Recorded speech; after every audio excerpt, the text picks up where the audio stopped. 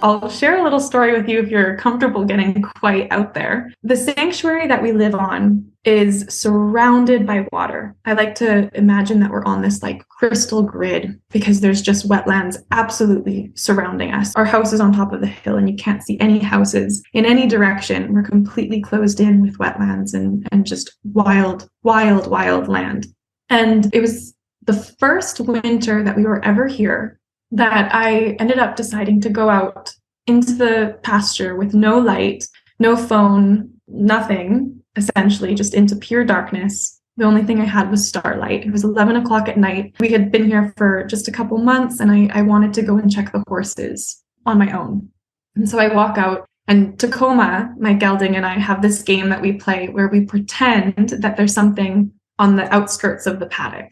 And so we make those big animated dragon noises together, you know, that big blow. So I do the blow to him, and then I start trotting around like a horse, and I'm acting all prancy. And then he lifts his head and he looks at me and he does the big blow to me, and he comes prancing up to me, and we're kind of just dancing around each other like a couple of stallions. And at the time, he was in this field with only my other two mares, Indiana and Akira, and our little brother, my little miniature pony, Montgomery. And usually, you know, Akira and Montgomery, for sure, they're younger, they would join in with us. And, you know, Indy's a give or take. She would just prefer to stand at the bale and eat. But the other two, for sure, would usually. And so Tacoma and I are prancing around and, you know, we're pretending that there's something down the length of the paddock. The paddock was really, really long and went along the backside of this hill. And we're pretending there's something down there.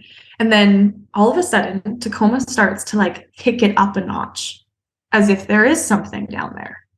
And I felt the atmosphere just shift. The energy in the air was so electric and light, and everything just felt so different. Like I can even feel that difference on my skin as I'm explaining it. And I had the hair on the back of my neck stand up. So something's there. All right. So at first, my intuition is like, it's maybe a moose, maybe it's a deer. But then Tacoma runs off in the direction. He goes about 20 feet away from me. And off in the distance, we hear this choo, choo, choo, choo.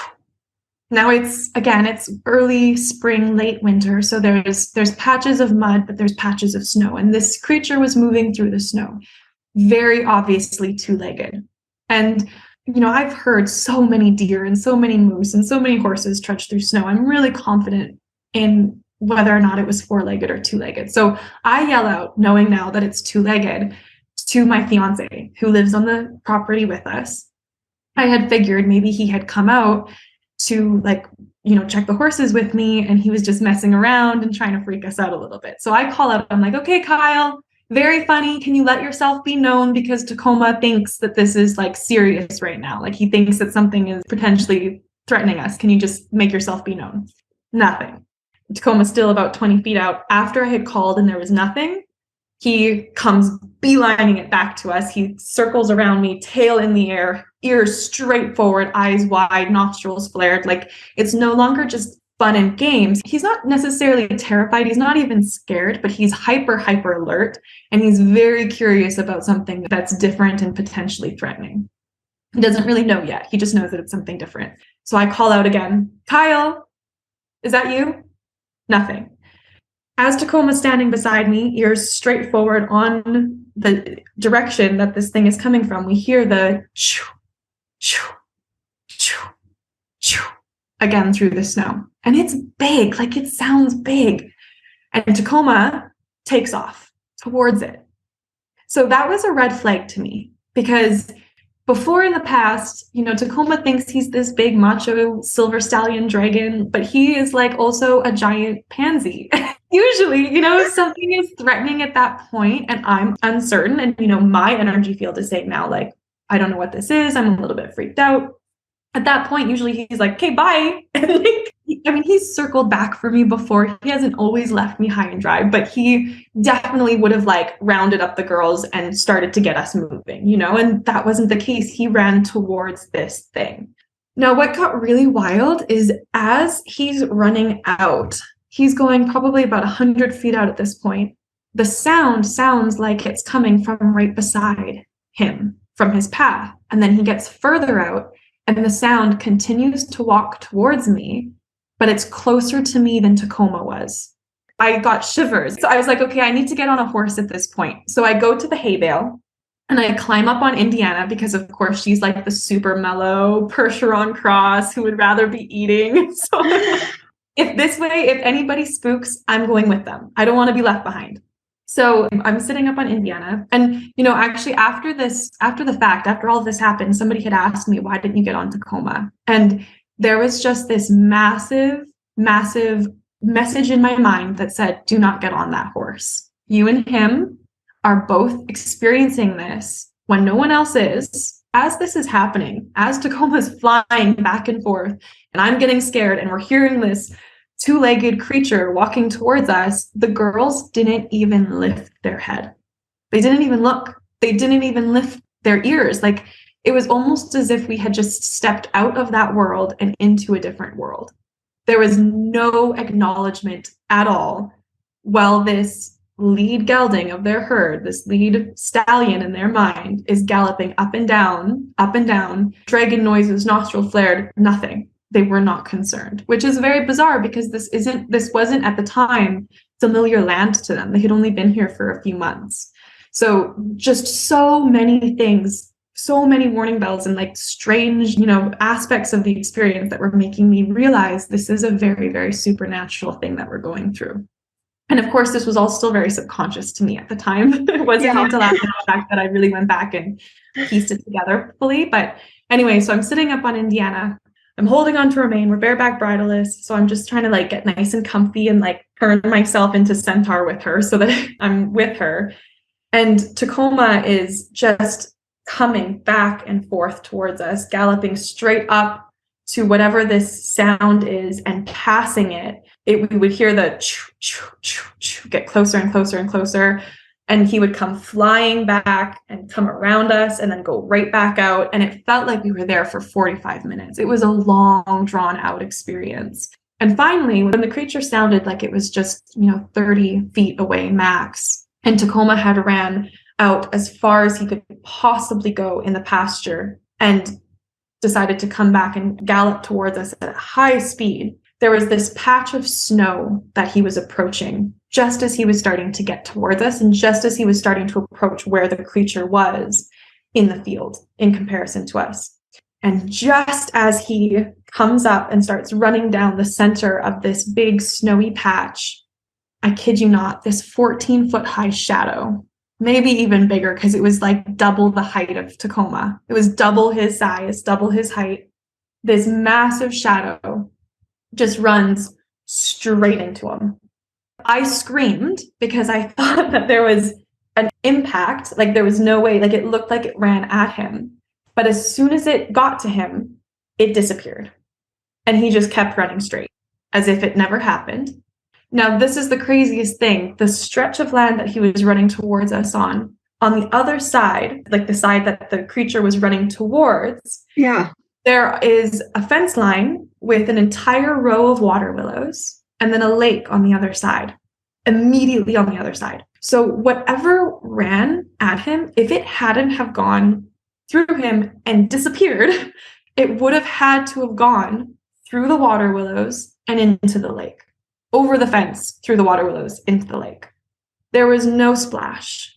There were no tree branches. There was no sound whatsoever except for the galloping hooves of Tacoma and the of the creature running until that stopped and disappeared until it was just the galloping hooves of Tacoma. So I'm on Indiana, and before I even let out the shriek, before I even acknowledge or even have the ability to like physically respond to what's happening, that split moment when that creature made itself visible to me, it made itself visible to Indiana, Akira, and Montgomery as well.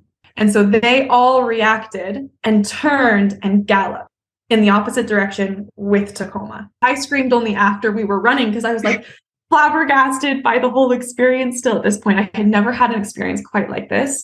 And we all get to the other side of the field and we turn and we look in that direction from where we had just seen this massive creature. And about a minute later, as we're just standing there, frozen, staring in the direction, hyperventilating. My fiance comes from over the hill, from way up over the hill in like the adjacent direction of the creature. I'm like calling to him. I'm like, did you see that? Did you see a creature? And he's like, no, I'm just coming out here because I heard you yelling for me. I heard you yelling my name. And so he had actually heard me before all of this had happened. So yes, I screamed, but he had already been on his way out at that point. He heard the scream after he was already outside. I had to quadruple check this. So he heard when he was inside the house was me saying, Kyle, is that you? Come on, Kyle, blah, blah, blah, which I had felt was nearly an hour ago. And so time had actually bent. Time had warped. And as I'm like trying to piece this all together, as I'm trying to like just come to terms with this was actually this story and this experience was what brought me to a lot of the mentors that I had to work with after the fact, because I thought I was losing my mind. But I feel like the fact that the other horses saw it was almost meant to be somewhat validating. And so I ended up doing like a lot of research on time bending and portals and multidimensional beings and like what's native to where we live. And I ended up coming across Sasquatches, Bigfoot. Yeah. Where I live, it's actually called Blackfoot. And so I started talking with some of the indigenous elders. I started going into ceremony. And sure enough, like we've seen light orbs moving through the land that we thought were just massive fireflies, but they're not. And how this creature moved is identical to what they have documented on Sasquatches. What Tacoma has now confirmed for me is that he's a gatekeeper. And he has the ability now, because he has evolved with the land and because of the work that we've done. And he's 16 years old now, so he's experienced, right, in all of this. And he is, by the greatest definition that I could give, a unicorn. And so, you know, we can't see their horns anymore, but I actually believe that the horn became the depiction of the light that comes through their third eye and how they open worlds. And so what had happened that night is I had gone out without any technological interference. My phone wasn't on me, I had no lights, and we played, we danced, we absolutely abandoned ourselves to our wild nature. Well, actually, there's a portal on the land that exists, but we opened up this curiosity for these creatures to come through. We created a frequency together that drew forward this being, this light.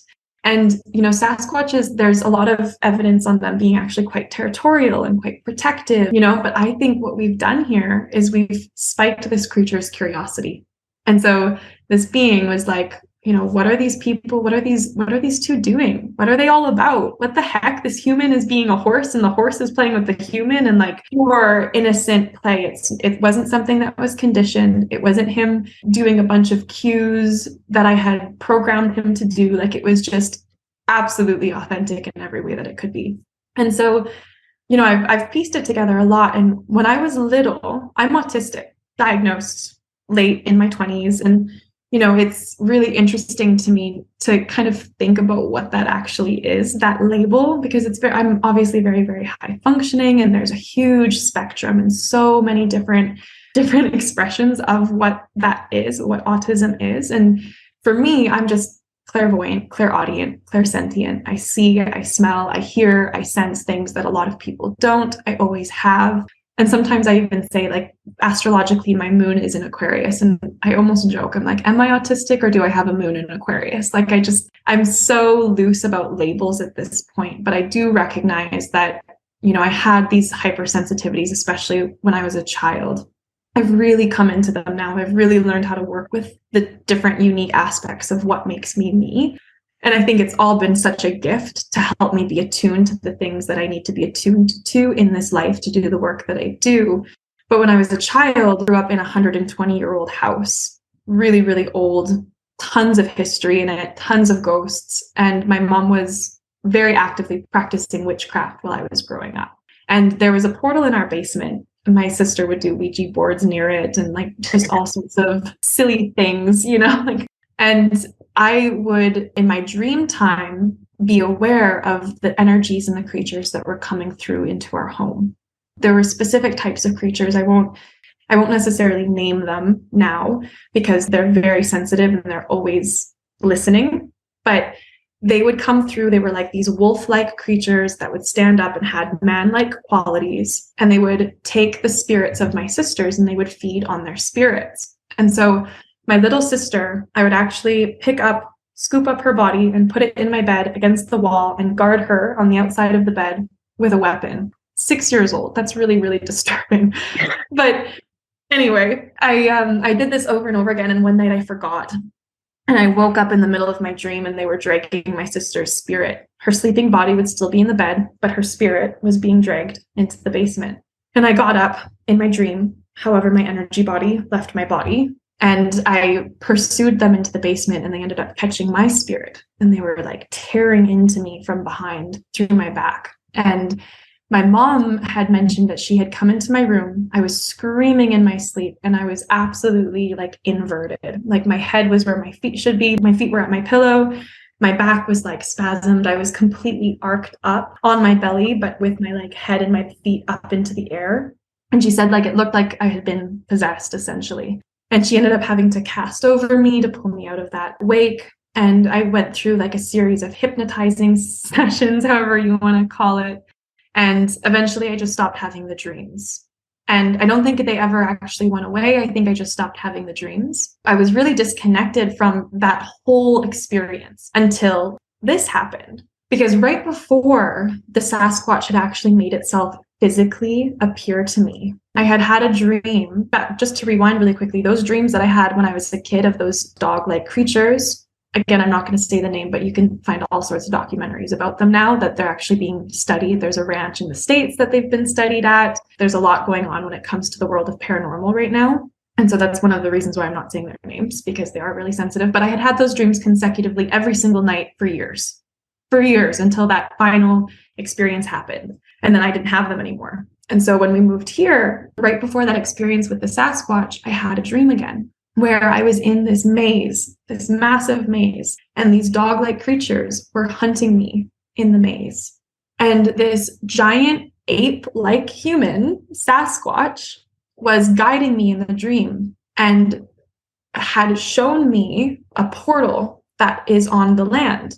And these creatures were sensing my presence near a portal again that hadn't been cast over, that hadn't been created with a filter, it didn't have the same protection on it that my mom had put on when I was little. So they could sense me again, and they were looking for me. They were hunting me through. And so I had the dream for about 3 nights in a row. It wasn't until the 3rd night that I decided, okay, enough is enough. Like, I'm not going to be hunted again. And so I allowed what I know now as the Sasquatch to guide me in my dream time to hunt the wolves instead of the wolves hunting me. And I actually ended up obliterating them, blowing them and their whole field up, like just obliterate. And it was through just love and curiosity. Like it was so interesting the way that the Sasquatch taught me to alchemize the energy in that experience. Anyway, then I ended up having this experience, where the Sasquatch actually came through that portal. And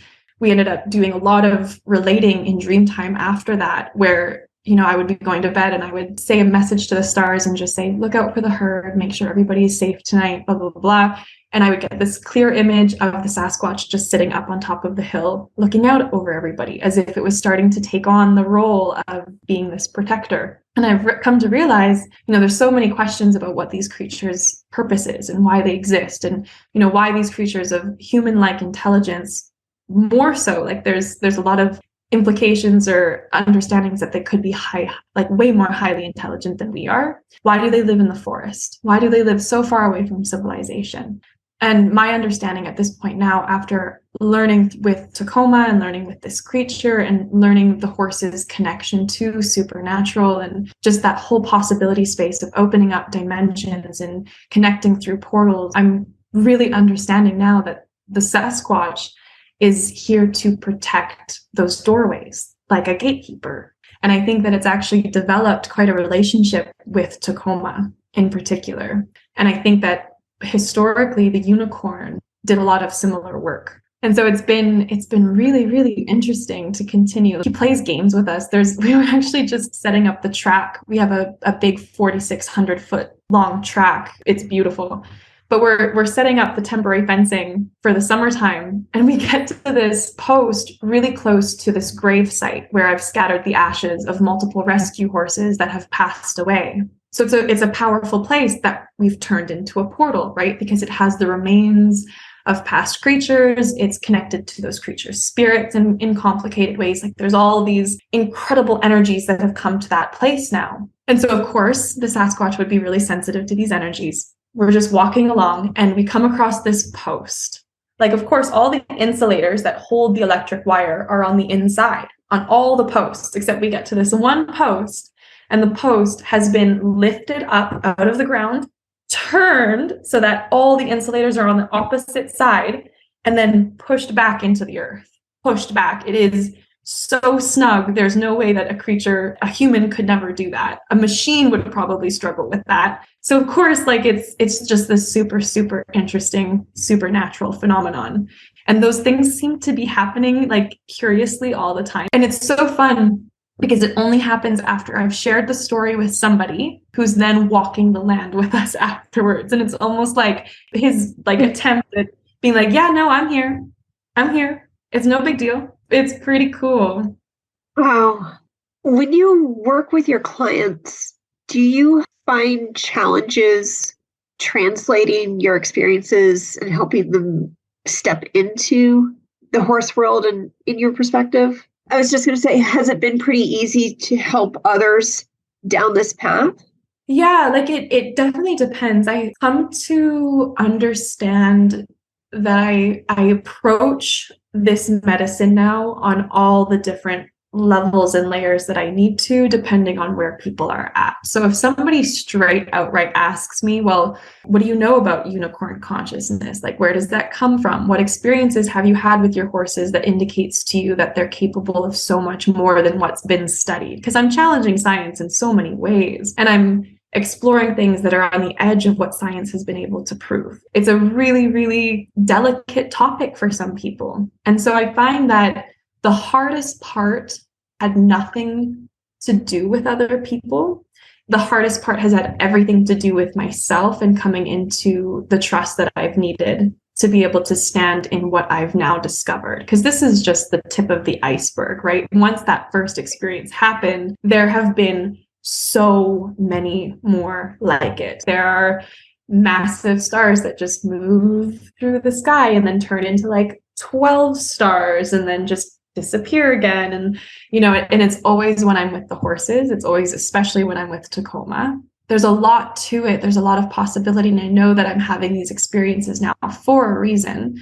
I mean, even the reincarnation story of Rosavine, which is probably for another day because it's quite a long story. She was the completion of a prophecy that was given to me a couple of years ago that made it very clear that once I'm walking between these two horses, the black horse with the white star, which is Rosavine, and the white horse, which is Tacoma, I'm going to be given a lot of information that's going to be really hard for some people to understand and accept and receive. But it's going to be so important. This was the prophecy that it's going to be so important for me to learn how to have the confidence and the strength to go forward with it anyway. I took about a year after some of these experiences started happening to really get into understanding with them, doing tons of research on Sasquatches and Bigfoot, because I had never even began to explore any of this before I actually started having these very, very, very real life experiences with them. And so I started going into ceremony quite regularly with different healers and shamans and elders and people who could help guide me with what I was experiencing and help validate a lot of what I was experiencing. And there are so many stories and things of people encountering these creatures, but I don't think they've ever connected to them the way that I'm now connecting to them. And it's truly because the horses are bridging me there. And so I think like that was the hardest part. But really, when it comes to actually translating the work that I do and the medicine that I do to others, I try to be extremely sensitive about where people are at, what they're ready to receive, what they're ready to digest. And so I'll often work wherever I need to work at first and then slowly go into it. There are some people where I meet them and I just know, okay, sit down, let's have a picnic. I'm going to talk for 3 hours and I'm going to tell you all sorts of stories. And, you're ready for this. Like there are some people who come to me for this initiation just so that they can recognize, wow, there is so much more out there. Because I find that a lot of horses, especially the ones that are dealing with chronic pain bodies, are trying to bring this information forward to their humans. This whole world is what our horses are gatekeeping, essentially. And the more we give back to them the ability to access and live with that world, the more that they're going to be able to refine their own abilities and talents to tap into it, but also the more they're able to bridge us to that world with them. And I think that's part of the reason why I wasn't supposed to get up on Tacoma's back that night that he was running in and out of the portal, because he was passing the Sasquatch because he was going into the world that it came from. And I know that, I'm so open and sensitive and receptive that if I had gotten up onto him and we became Centaur and we went through that world, what would have happened? There are so many stories of people who go into the backcountry, into Sasquatch territory, that never come back, and there's no trace of them at all. And there are a lot of people like that, because they can go through doorways. And if you don't know how to come back through that doorway, you could get stuck. And we don't have a lot of understanding around that. But I feel like just what I witnessed that night with Tacoma, especially going in and out of that doorway, it is possible. There are so many possibilities out there in this galaxy that we exist in that we have no idea about. To me, that's really the purpose of those experiences, is just blasting open what we think we know and recognizing that we know so little, like so little. And so really, I try to use the stories for that as inspiration. When I work with people, it's just about giving them the biggest bites they can take. For some people, it's a stretch just to recognize that their horse is communicating to them constantly. For some people, it's a stretch to recognize that, their horse isn't being bratty. Their horse is just expressing something that's really, really important to them. And so you have to really gauge where people are at. How receptive are they to something that could potentially just blow their world open? Has it been a journey for you figuring that out? I like to say that I have an activist's spirit because I'm really passionate about just kind of blurbing out my opinion. And I say, God wouldn't have created me as a Libra in Sun if I wasn't meant to be a little bit judgmental in that way.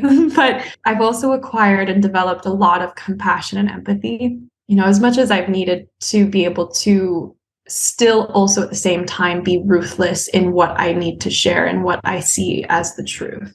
I have a lot of fire when it comes to justice. And so when I see any imbalance being played out, or any injustice, or any dysfunctional, harmful paradigms being played out, I'm really outspoken and quick-witted about it. But I feel like I've developed enough of a vocabulary and an understanding of trauma, especially, that I've been able to, as empathetically and compassionately as I can, illuminate what needs to be illuminated in a way that is digestible and ethical.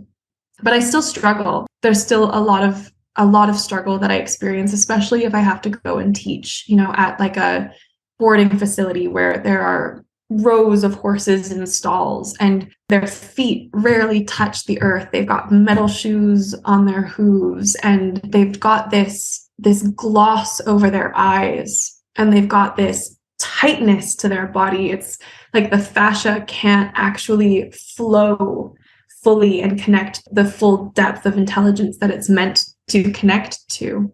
Yeah, it's very, very, very triggering for me, but I'm also at the point now where I'll speak up to it. I'll say something in the most eloquent way that I possibly can at the time. And I'll just, I'll say something as simple as, wow, that horse really needs some fresh air. Or like, do these horses get out enough? Like, do you know how powerful that is for proprioception? And I'll connect it to performance in some way. Like, I will use some of the structures of science and the progressive lingo that's coming out now to try to bring forward the positive aspects of change that can actually help to get these people to experience what they want to experience with their horses. They get what they want while also getting the horse what they want. So that's kind of where I act as that bridge between worlds. And, I've been very fortunate in that the land that the universe brought me to, literally like this, we were meant to be here in every way. I'm so fortunate that it is so far away from the noise,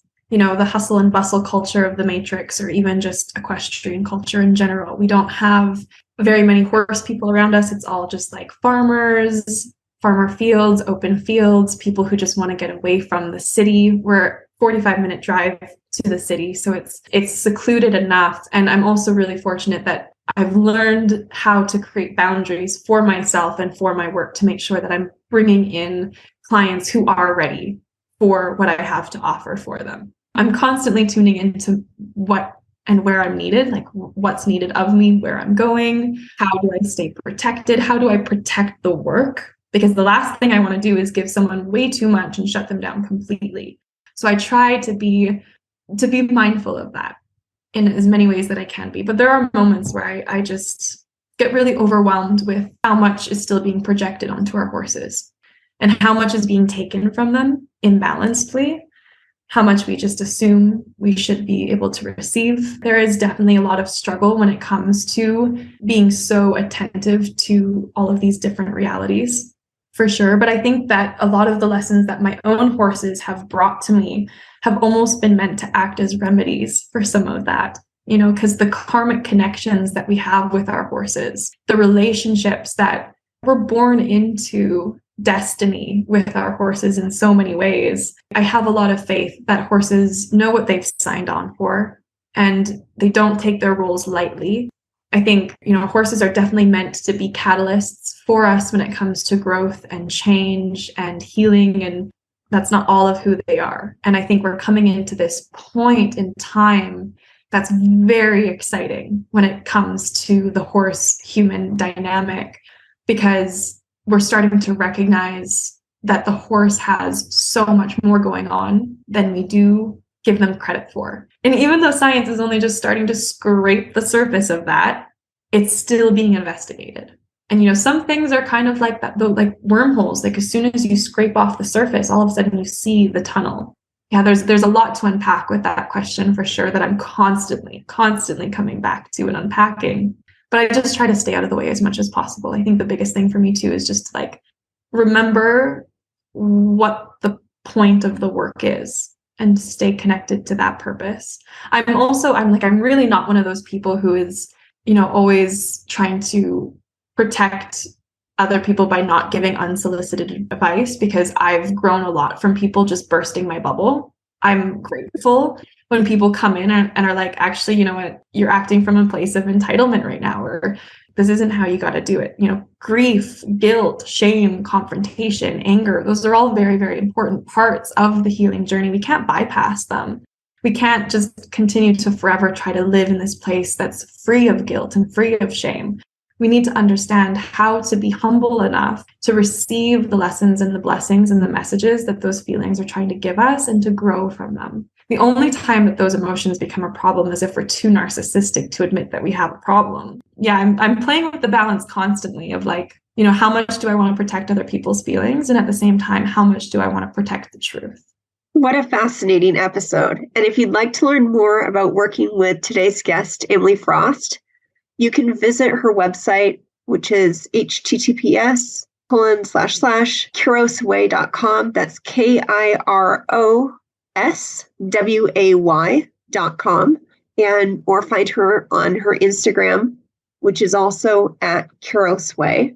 For more information about our host, Meredith Crawford, and her exploration of the balance of the horse-human relationship, visit the Relevate Project at patreon.com/relevate. Thanks for listening.